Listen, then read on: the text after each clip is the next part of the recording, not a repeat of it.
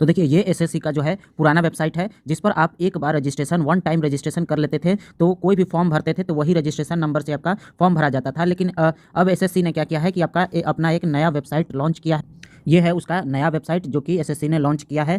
ये वेबसाइट जो है इसका नाम क्या है, पहले वाले वेबसाइट का आपका यहाँ पर नाम देख सकते हैं, पहले वाले वेबसाइट का यहाँ पर नाम देख सकते हैं ssc.nic.in, यहाँ पर आपको दिख रहा होगा ssc.nic.in। और जो दूसरा लॉन्च अब नया लॉन्च किया गया है उस वेबसाइट का क्या नाम है, तो यहाँ पर आप देख सकते हैं ssc.gov.in, यहाँ पर ssc.gov.in है। ये आपका नया वेबसाइट है और इसमें हर वो लड़के को रजिस्ट्रेशन करना है जो एसएससी का फॉर्म भरते हैं। पुराना वाला रजिस्ट्रेशन अब नहीं रहेगा, जो एसएससी का फॉर्म भरते हैं उसको नया रजिस्ट्रेशन करना पड़ेगा। नए तरीके से इस वेबसाइट से अब आपका फॉर्म भरा जाएगा। तो चलिए अब मैं बताता हूं कि आपको रजिस्ट्रेशन कैसे करना है। तो देखिए कैसे रजिस्टर करेंगे न्यू वेबसाइट पर। तो वेबसाइट तो आप जान ही गए होंगे, ssc.gov.in है। जैसे ही आप यहाँ पर लॉगिन और रजिस्टर पर क्लिक करते हैं तो आपका ऐसा इंटरफेस जो है खुलकर आ जाएगा और इसमें आपको काफ़ी सारे अपने पर्सनल डिटेल जो है यहाँ पर भरने होंगे। तो यहाँ पर देख सकते हैं पर्सनल डिटेल में पहले आपको आधार कार्ड मांगेगा। अगर आधार कार्ड है तो यस कीजिए और आधार नंबर 2 जगह भरना है, आप उसको भरिए।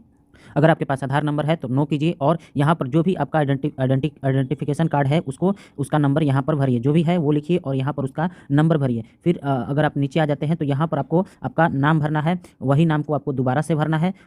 फिर आपसे पूछेगा कि क्या आपने कभी नाम चेंज किया है। अगर किया है तो यहाँ पर वो नाम भी आपको लिखना है, यहाँ पर दोबारा नाम लिखना है। और अगर नहीं किया है तो यहाँ पर डायरेक्ट नो कर देंगे और आगे बढ़ जाएंगे। फिर आपका जो है पांचवा जो है अपना जेंडर, आप किस जेंडर के हैं ये भी चूज करना है, वही जेंडर दोबारा से यहाँ पर चूज करना है। और फिर आपका आ जाता है डेट ऑफ बर्थ, आपको यहाँ पर डेट ऑफ बर्थ लिखना है और यहाँ पर आपको दोबारा से वही डेट ऑफ बर्थ वेरीफाई करना है। फिर नीचे की तरफ आ जाते हैं तो यहाँ पर देखिए डेट ऑफ बर्थ के बाद आपका पूछेगा आपके पिताजी का नाम, यहाँ पर फादर नेम यहाँ लिखना है और यहाँ पर उसी नाम को दोबारा से अपने फादर का नाम दोबारा से लिखना है वेरीफाई करने के लिए। फिर उसके बाद आपका यहाँ पर मदर नेम पूछेगा, वही मदर नेम आपको यहाँ पर दोबारा लिखना है।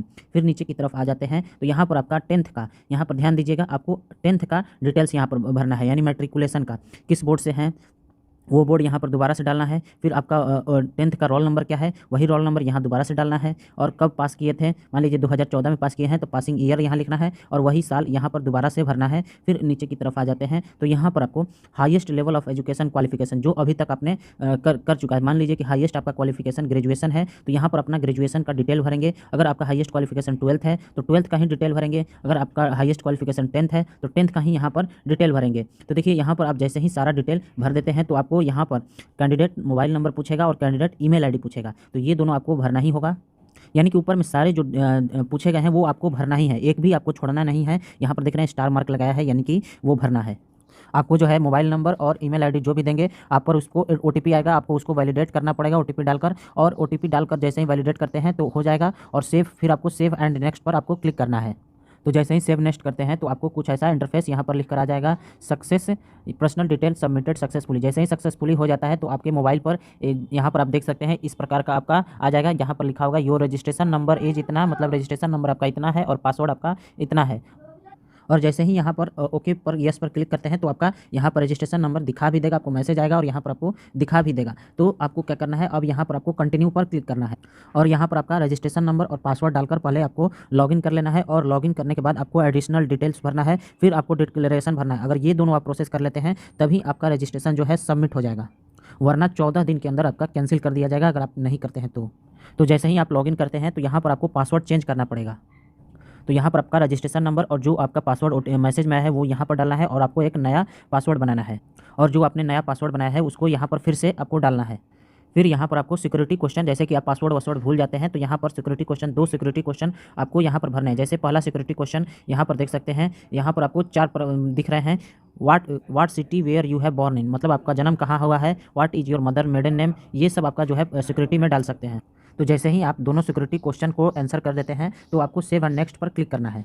तो यहाँ से आपको फिर सक्सेस का मैसेज आ जाएगा, आपको ओके पर क्लिक करना है। तो यहाँ पर आपको फिर से यहाँ पर लॉगिन होना है रजिस्ट्रेशन नंबर और पासवर्ड डालकर। तो जैसे ही आप फिर से लॉगिन हो जाते हैं, जो आपका नया पासवर्ड है वो डालना है। तो लॉगिन होने के बाद यहाँ पर आपको देख रहे हैं काफ़ी सारे आपको डिटेल पूछे जाएंगे।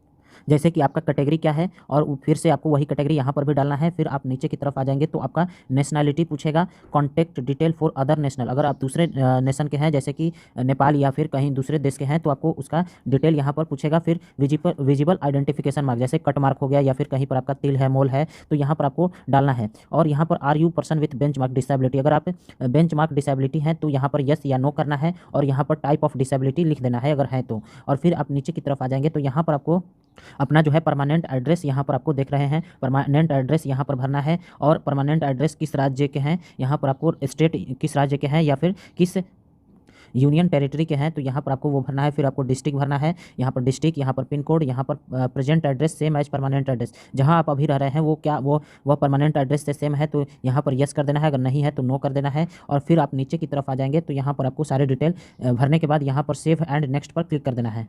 तो जैसे ही आप सेव एंड नेक्स्ट करते हैं तो फिर से आपको सक्सेस का जो है नोटिफिकेशन देखने के लिए मिल जाता है। आपको यहाँ पर ओके पर क्लिक कर देना है।